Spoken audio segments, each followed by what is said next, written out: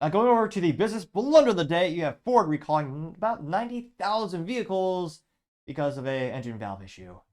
As Ford continues to spend more copious amounts of money on cars and warranties.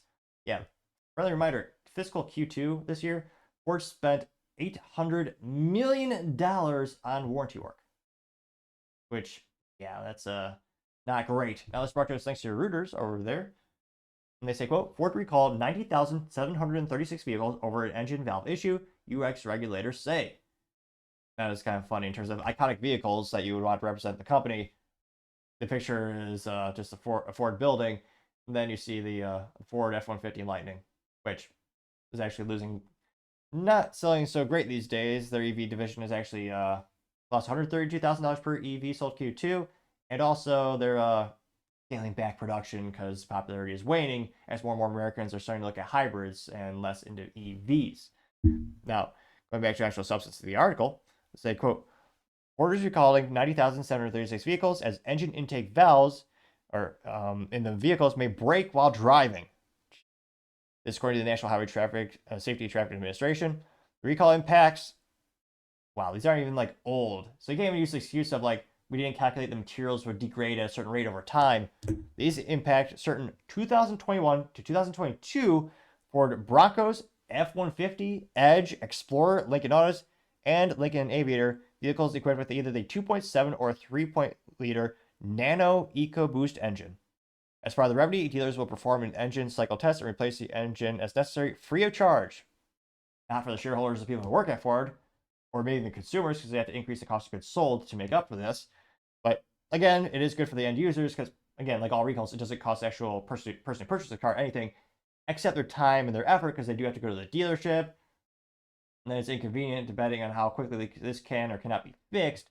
Well, then that means they need to get a loaner vehicle, maybe have to get inside a stranger's car using Uber or Lyft, and still not great because the reputation of Ford for reliability, that reputation is something that's been chipped, that brand has been chipped away for quite some time. Again, they make a great V8 sports car with a stick shift, so I admire them for that. I mean, I think you could honestly say that Ford won the pony car war, especially because the Camaro has been canceled multiple times, but now it might come back as an electric EV SUV, and then the Charger and the Challenger, they're going to come back as, EVs, then a straight six as opposed to a Hemi, good old V8, as, every Charger Challenger should have by default, I would argue. But yeah, and then it's also not good for this is terrible all around because, again, for the dealerships, they get paid by Ford to do this. But the rate at which they are paid for warranty work is very much discounted compared to the rates that they could charge for any other regular maintenance or any other upselling that the dealerships can do.